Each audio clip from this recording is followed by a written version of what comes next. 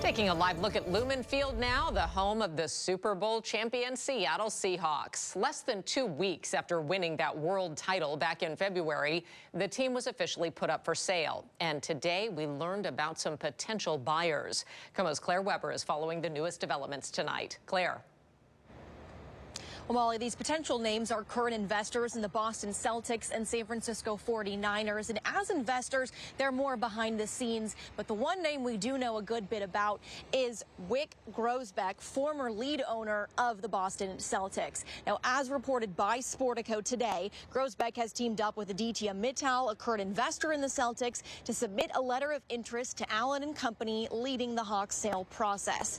Grousbeck's group bought the Celtics back in 2002 when he was owner, until he sold the team just last year.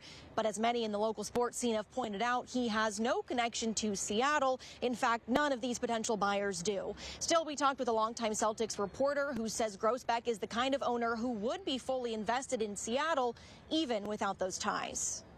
I'm a sports fan myself, and I know from top to bottom, if you have good ownership, that's one of the keys to success. And I can say with a lot of confidence that if Wyc Grousbeck is involved in ownership, there's a great chance that you're going to have a good ownership group.